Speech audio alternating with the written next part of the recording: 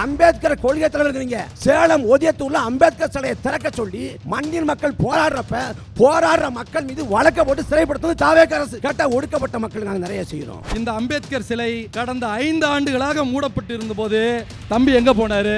அவருடைய தலைவர் சீமான் எங்க போனாரு? ஆகஸ்ட் 15 நாடே சுதந்திர நாள் கொண்டாடுது. அன்னைக்கு அதிகாலையில கர்நாடக வனப்பகுதிக்குள்ள 3 தமிழர்களை கர்நாடக அரசு சுட்டு கொலை செய்து அது அப்பட்டமான பச்சை படுகொலை. அந்த படுகொலை குறித்து தமிழ்நாட்டின் முதலமைச்சரின் கருத்து என்ன? கர்நாடகாவில் 3 தமிழர்களை சுட்டு கொண்டுட்டீங்களே, போங்க ஒரு 10,000 யானைகளை ஏத்துக்கிட்டு உங்க தலைவரை கூட்டிட்டு போங்க. ஏன் போக மாட்டீங்க? ஏன்னா போக மாட்டாங்க, அவங்க அண்ணி இருக்காங்க, அதனால போக மாட்டாங்க.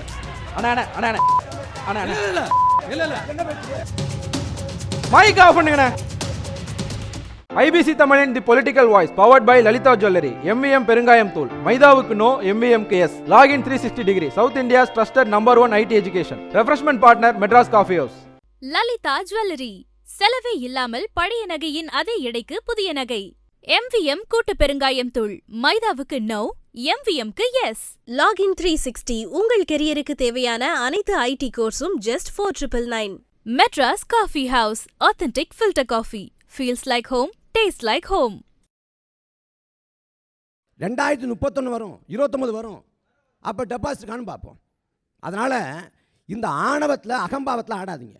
அப்புறம் வாரிசு அரசில் காலி பண்ணிட்டோம், வாரிசு அரசில் இல்லைங்கிறார். ராகுல் காந்தி யாருங்க? ராகுல் காந்தி யாரு? துறை வைகோ யாரு? இவங்களே யார்? ராகுல் காந்தி யாரு? துறை வைகோ யாரு? அந்த வாரிசு அரசியல் மட்டும் எப்படி ஏத்துக்கிறீங்க? இல்ல, அவங்க தாவேகால வாரிசு அரசியல் இல்லைன்னு சொல்றாங்க. எப்படி தாவேகால வாரிசு அரசியல் ஏற்குதா இல்லையா? வாரிசு அரசியல் தாவேகா ஏற்குதா? இருக்குதா? எதுக்குது? அப்படித்தானே? அப்ப துறை வைகோவை ராகுல் காந்தியை எப்படி ஏத்துக்கிறாங்க? அதுபோல அந்த 8 தலித்துகளுக்கு நாங்கள் வாய்ப்பு கொடுத்தோம்ங்கிறாங்க. அதை நம்ம வரவேற்கிறோம், அதில் நமக்கு விமர்சனம் இல்லை. ஆனால் இதுவே போதுமானது இல்லை. ஏன்னா இந்த நாட்டில் எல் முருகனை கட்சியோட மாநில தலைவராக்கினது பாஜக, ராம்நாத் கோவிந்த ஜனாதிபதியாக்கினது பாஜக. அது அடையாள அரசியல். ஆனால் நிலைமை என்ன? ஒடுக்கப்பட்ட மக்களுக்கான விடிவு கிடைச்சிருக்கா? நாம் சுதந்திர இந்தியாவில் வாழ்கிறோம். ஆனால் இன்னைக்கு வரைக்கும் விருதுநகர் மாவட்டத்தில் ஒரு ஊருக்கு பேர், ஒரு பகுதிக்கு பேர் வந்து பறைச்சேரி. பறைச்சேரிங்கிற பேரை நீக்கி இல்லை நான் தேர்தலை வந்து நான் ஓட்டு போட மாட்டேங்கிறாங்க, போட்டி போட மாட்டேங்கிறாங்க. அந்த பறைச்சேரிங்கிற ஊரு பேரை நீக்க சொல்லி கம்யூனிஸ்ட் தலைவர் பே. சண்முகம் முதலமைச்சர் விஜய் கிட்ட மனு கொடுத்தும் கூட பறைச்சேரிங்கிற பேரை நீக்கல. அப்புறம் என்ன தலித் மக்களுக்காக போராடுறீங்க? இல்லை, இப்போ அந்த பறைச்சேரின்ற பேர் வந்து நீண்ட நாட்களாக இருந்துகிட்டே இருக்கு. திருமாவளவன் அவர்கள் வந்து கடந்த ஆட்சியில் அவர் பேட்டி எடுத்தப்போ எங்களுக்கு இந்த ஆட்சியில் அந்த பிரச்சனை இல்லைங்க, கொடியேற்ற முடியாது, அம்பேத்கர் சிலை தொடர்பான பிரச்சனைலாம் இப்போ இருந்தது இல்லை அப்படின்னு சொல்லிட்டு இந்த பிரச்சனைகள் எல்லா காலகட்டத்திலையும் இருக்கு. இன்னொரு பக்கம் அதிகாரப்படுத்துதலுக்கான ஒரு முயற்சியாக ஏன் இந்த 8 அமைச்சர் பதவிகளை நம்ம பார்க்க வரவேற்கிறேன். நான் அதை வரவேற்கிறேன். இப்போ ஆணவ கொலைக்கு தனிச்சட்டம் திமுக அரசு ஏற்றலை நான் விமர்சிக்கிறேன். நீங்கள் ஏற்ற மாட்டேங்கிறீங்க, வேங்க வேலை பேசுறீங்க, நாங்களும் பேசணும். திமுக ஆட்சி முடிஞ்சு தாவேக ஆட்சி வந்து 3 மாதம் ஆயிடுச்சு. வேங்கவேல் வழக்கு சிபிசிடி கட்டுப்பாட்டில் இருக்குது. இதுவரைக்கும் அந்த வழக்கில் பாதிக்கப்பட்ட மக்களுக்கான முன்னகர்வாக இந்த 3 மாத காலத்தில் என்ன நடந்துச்சு? மேல்பாதி திரௌபதி அம்மன் கோயிலுக்குள்ளே ஒடுக்கப்பட்ட மக்கள் போக முடியல. இப்போ தாவேக ஆட்சியில் ஐயா விஜய், பெரியாரை கொள்கை தலைவராக வச்சிருக்கக்கூடிய விஜய் ஒடுக்கப்பட்ட மக்களை கைப்பிடிச்சு அழைச்சி போவாரா? அதை செய்ய துணிவு இருக்கா? அம்பேத்கர் கொள்கை தலைவர் இருக்கிறீங்க. சேலம் ஓதியத்தூர்ல அம்பேத்கர் சிலையை திறக்க சொல்லி கால் மேல கால் போட்டு அம்பேத்கர் சிலையை திறக்க சொல்லி மண்ணின் மக்கள் போராடுற மக்கள் மீது வழக்க போட்டு சிறைப்படுத்துவது தாவேக அரசு. அம்பேத்கர் கொள்கை தலைவர், அம்பேத்கர் சிலையை திறக்க விட மாட்டீங்க. கேட்டா ஒடுக்கப்பட்ட மக்கள் நாங்கள் நிறைய செய்யறோம் சொல்லி விடுறதானே, வாய்க்கு வந்து அடிச்சு விடுறது. அப்புறம் சொல்றாரு நாங்க கொள்கை தலைவர்களை கொண்டுக்கோங்கிறாங்க. என்ன செய்தினா தொழில் முதலீட்டாளர் மாநாடுன்னு போட்டாங்க. வெற்றிங்கிறதுல 2 T வருது. என்னன்னு பார்த்தா சோசியக்காரர் அந்த ரத்தன் பண்டித். உடனே தாவேக்காக இல்லை இது அவதூறு, ரத்தன் பண்டித் ஒன்றும் பேர் வைக்கல அப்படின்னு பார்த்தா நேற்று சொல்றாரு தமிழக வெற்றி கழகங்கிற பேரை நான் தாங்க வச்சுங்கிறாரு. சோசியக்காரன் பேர் வச்சு கொள்கை தலைவர் பெரியார் அம்பேத்கர். இல்ல, பெரியாரை வந்து அவங்க பெண் விடுதலை மாதிரியான விஷயங்களை தான் ஏத்துக்கிட்டு இருக்கோம். மதம் சம்பந்தப்பட்ட விஷயங்களை பெரியாரோட நிலைப்பாடு எங்களுடையது அல்லன்னு பெரியார் விக்கிரவாணி மாநாட்டிலே சொல்லிட்டாரு. அதாவது பெரியாரோட நாத்திகம் இருக்கல, அப்படித்தானே? பெரியாரோட தனித்தமிழ்நாடு இருக்காங்களா? பெரியாரோட திராவிட நாடு இருக்காங்களா? பெரியார் மொழியை ஏற்கல, அந்த கருத்தை அதான் உடம்பு சொல்லிட்டாங்களே, திராவிடமும் படிக்க தமிழ் மாட்டாங்க. தேசியமும் 2 கண்கள் சொல்லிட்டாரு அவர் விக்ரவாணி திராவிடம்னு என்னன்னு சொல்லட்டும். எனக்கு பிறகு பேசுற யாராவது ஒருத்தர் திராவிடம்னா என்ன, தமிழ் தேசம்னா என்ன, அண்ணா முன்வச்சது திராவிடமா, பெரியார் முன்வச்சது திராவிடரா, திராவிடத்துக்கும் திராவிடருக்கும் என்ன வேறுபாடு, திராவிடத்துக்கும் திராவிடருக்கும் என்ன வேறுபாடு சொல்லட்டும். 3 பேர் யாராவது சாட்சி பெட்டில் போட்டு பார்த்தா சொல்லட்டும். ஒரு பிரச்சனையும் இல்லை. அப்புறம் கனிமவள கொள்ளையை தடுத்துட்டேங்கிறார். எங்க தடுத்தீங்க? கனிமவள கொள்ளை இன்னைக்கும் களியாக்காவடியில், கன்னியாகுமரியில், நெல்லையில் மலையை பேத்து கொண்டு போயிட்டு இருக்கான். சொல்றது கனிமவள கொள்ளையை தடுத்துட்டோம், மனக்கொள்ளையை தடுத்துட்டோம், நாடு அப்படியே சுபிட்சம் ஆயிடுச்சு, வறுமை இல்லை, ஏழ்மை இல்லை, ஓட்டை பிச்சுக்கிட்டு தங்க கொட்டுதுன்னு சொல்லலை, எல்லா கதையும் சொல்றது. காமராசர் வந்து 9 நிமிஷம் பேசினாருங்கிறாரு. விஜய்கிட்ட பேசினாரா? 15 நிமிஷம். பார்ப்போம், தேடி பார்ப்போம், அடுத்த வாரத்தில் பார்த்துக்குவோம்.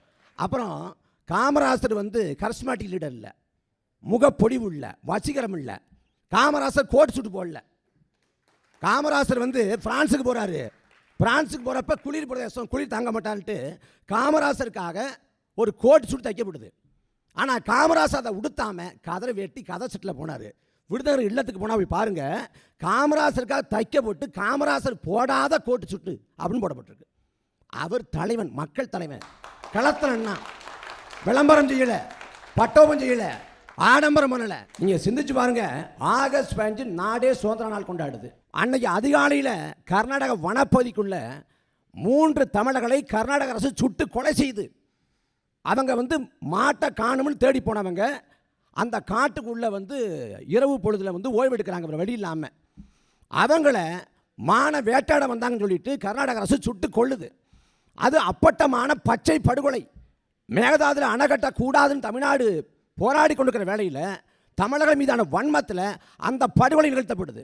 அந்த படுகொலை குறித்து தமிழ்நாட்டின் முதலமைச்சரின் கருத்து என்ன? தமிழ்நாட்டின் முதலமைச்சர் என்ன சொல்கிறாரு? கொலை வழக்கு பதிவு பண்ணி 3 பேரை கொன்னவங்களை கைது பண்ணி சிறைப்படுத்துங்கன்னு சொன்னாரா? இல்லை. தமிழ்நாட்டின் முதலமைச்சர் விஜய் சொல்கிறாரு, அதாவது விசாரணை குழு போடுங்க, விசாரணை குழு அமைங்கிறார். விசாரணை குழு தான் என்ன?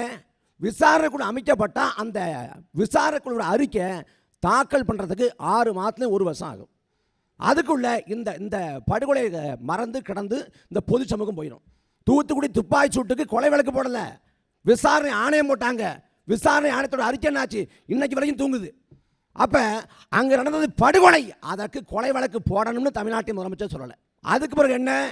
எங்கள் மாநில விவகாரத்தை தலையிடாதீங்க, உங்கள் வேலையை பாருங்க. யார் சொல்கிறா? கர்நாடக அமைச்சர், கர்நாடகத்தோட முதலமைச்சர். இது குறித்து தமிழ்நாட்டோட முதலமைச்சர் பொங்குனாரா? கோவப்பட்டாரா? வாய் திறந்தாரா?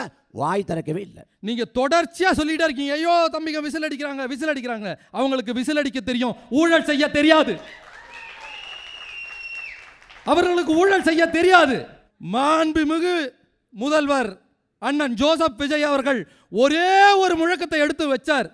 நாங்கள் கொடுக்கிற இந்த ஆட்சி என்பது ஊழலற்ற ஆட்சின்னு ஒரு வார்த்தை சொன்னார். எல்லாருக்கும் பதபதப்பாயிடுச்சு.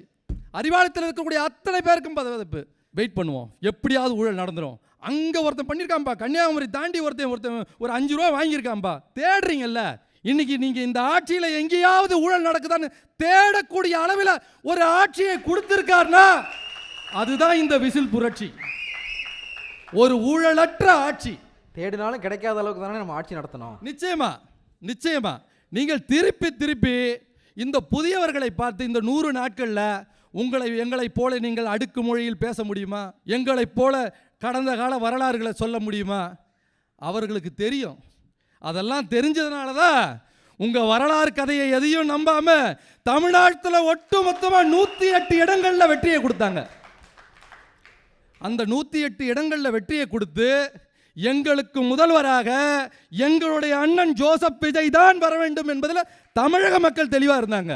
நீங்க எவ்வளவு உரக்க பேசினாலும் எனக்கு ஒரு அடுக்குமொழி ஞாபகம் வருது. சொல்லுங்க. தொடமாட்டோம், தொட விடமாட்டோம், தொட்டவர்களை விடமாட்டோம் அப்படின்னு ஒரு 2 பேர் பேரை நான் சொன்னேன்னா இப்போ வந்துடும். தொட்டவர்களை விடமாட்டோன்றது வந்து கட்சிகளை சேர்த்துக்கிறதா அப்படின்னு. அதாவது தொடர்ச்சியாக பேசிய தம்பி ராஜீவ் ஆகட்டும், இடும்பாவனம் கார்த்திகள் ஆகட்டும், அவர்கள் தங்களுடைய முதுவை பார்க்குற பழக்கமே கிடையாது. அது இப்போ இவருக்கு ஜெயலலிதாவுக்கு வந்துருச்சு. எனக்கு என்ன, நான் எந்த கட்சியிலையும் கிடையாது. கடந்த காலத்தில் செந்தில் பாலாஜி திமுக சேர்த்தப்போ திமுக என்ன விமர்சனம் வச்சோமோ அதே விமர்சனம் தான் உங்களுக்கு. கரூர் விஜயபாஸ்கரும் விராலிமலை விஜயபாஸ்கர் மேலேயும் எந்த வழக்குமே இல்லையா? இல்ல நான் இல்ல கேக்குறேன் இல்ல ராலிமலை விஜயபாஸ்கர் மேல குட்கா முறைகேட்ல தொடர்பு இருக்கிறதா சிபிஐல குற்றப்பத்திரிகையில ஒரு பேர் இருக்கு. தமிழ்நாட்டுல தமிழ்நாட்டுல அமைச்சராக இருக்கும் போதே ஒருத்தர் சிபிஐ ஆபீஸ்ல ஆஜரானவர் முதல்ல விஜயபாஸ்கர் ஆஜரானார். அதுவும் வந்து அவர் ஆஜரானதே எங்களுக்கு எல்லாம் தெரியாது. அவர் உள்ள இருந்து 8 மணி நேரம் கழிச்சு தான் உள்ள ஒருத்தர் பதில் சொல்லிட்டு இருக்காருன்னு தெரியும். 2018 டிசம்பர்ல எனக்கு ஞாபகம் இருக்கு, 15ஆம் தேதி சாயந்தரம் 4 மணிக்கு சொல்றாங்க. அவர் உள்ள விஜயபாஸ்கரை பொறுத்து நீங்க சொல்றீங்க. நான் ஒன்னு சொல்றேன், அவர் பேர்ல இருக்கக்கூடிய குற்றச்சாட்டு அவர் இன்னைக்கு அந்த வழக்கை சந்திச்சுக்கிட்டு இருக்காரு. அவர் அதை துணிவாக சந்தித்தார். நான் அந்த குக்கா வழக்கில் அவர் ஈடுபட்டாரா இல்லையான்றதை நிரூபிக்க வேண்டியது சட்டமன்றம். ஆனால் நான் வழக்குக்கே போக மாட்டேன்னு வண்டியில ஒருத்தர் போனார். அதை சொல்ல விரும்பல. நான் ஒன்றை புரிஞ்சுக்கோங்க, ஒரு வழக்கை ஒருவர் எதிர்கொள்வதற்கும் நான் வழக்கை எதிர்கொள்ளவே மாட்டேன், நான் விசாரணைக்கு கூப்பிட்டாலே வரமாட்டேன், வீட்டுக்குள்ளே போய் ஓடி ஒளிவென்றது எங்களுக்கு அந்த பழக்கம் இல்லை. அதாவது தம்பி கார்த்தி வந்து 3 தமிழர்கள் கர்நாடகாவில் சுட்டுக் கொள்ளும் போது நீங்கள் என்ன பண்ணீங்க? அம்பேத்கர் சிலையை வந்து நீங்கள் வந்து மூடி வைக்கும்போது நீங்கள் அதை திறக்கிறதுக்கு நீங்கள் என்ன பண்ணீங்க? நான் கேட்குறேன், இந்த அம்பேத்கர் சிலை கடந்த 5 ஆண்டுகளாக மூடப்பட்டு இருந்தபோது தம்பி எங்கே போனார்? அவருடைய தலைவர் சீமான் எங்கே போனார்? நான் கேட்குறேன், கர்நாடகாவில் 3 தமிழர்களை சுட்டு கொண்டுட்டீங்களே, போங்க ஒரு 10,000 யானைகளை கப்பலில் ஏற்றிக்கிட்டு ஒரு 10,000 யானைகளை ஏற்றுக்கிட்டு உங்கள் தலைவரை கூப்பிட்டுட்டு போங்க. ஏன் போக மாட்டீங்க? ஏன்னா போக மாட்டாங்க, அவங்க அண்ணி இருக்காங்க, அதனால போக மாட்டாங்க. இல்ல அங்க வந்து நான் கேக்குறதுக்கு பதில் சொல்லுங்க. எங்களுடைய தலைவர் இல்ல புது குற்றச்சாட்டு வேணாம். கர்நாடக இல்ல புது குற்றச்சாட்டு வேணாம். நான் கேக்குறேன், நீங்க எங்களை பெங்களூருக்கு போக சொல்லக்கூடாதுன்னு உங்களுடைய தலைவர் மேல வழக்கு இல்லையா? உங்கள் தலைவர் நான் கேக்குறேன், சீமான் மீது ஒரு பெண் புகார் கொடுத்தபோது எங்க போனீங்க? எங்க போச்சு? நான் பேசுறேன், பெண்கள் பேசுறேங்க, அந்த பெண்ணுக்காக நீங்க போராடலையா? நான் பேசுறேங்க, கேளுங்க, நான் பேசுறேங்க. ஒரு நடிகை ஒரு அவர் வந்து நான் கேக்குறேன், நீங்க ஒரு குற்றச்சாட்டு சொல்லும்போது உங்களுடைய கட்சி தலைவர் மீது ஒரு பெண் குற்றச்சாட்டு அது என்ன உங்களுக்கு? அது வேண்டாம். அதை கேக்குறது என்ன பிரச்சனை? அதை கேக்குறது என்ன பிரச்சனை? அது வேண்டாம், அது வேண்டாம். அதுக்கு என்ன? அது வேண்டாம். இதற்கு பதில் சொல்லுங்க. 3 தமிழருக்காக போத ஆமா ஓட்டுல ஏறி போக வேண்டியதானே? அது வேண்டாம். அதை பத்தி பேசுவதற்கான அது வேண்டாம். நான் கேக்குறேன், அது வேண்டாம். எதுக்கு இல்ல பேசலாம் பேசலாம். எதுக்குனே? அதை பத்தி பேசலாம். அமைதியா தானே போயிட்டு இருந்தது. ஏனே நான் பேசும்போது நீங்க இதெல்லாம் பண்ணுங்க. மைக் ஆஃப் பண்ணுங்க. நீங்க வந்து மைக் ஆஃப் பண்ணுங்க.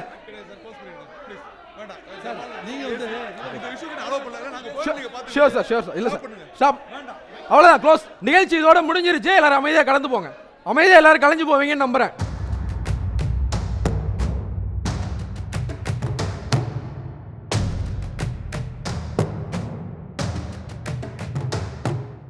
லலிதா ஜுவல்லரி, செலவே இல்லாமல் பழைய நகையின் அதே எடைக்கு புதிய நகை.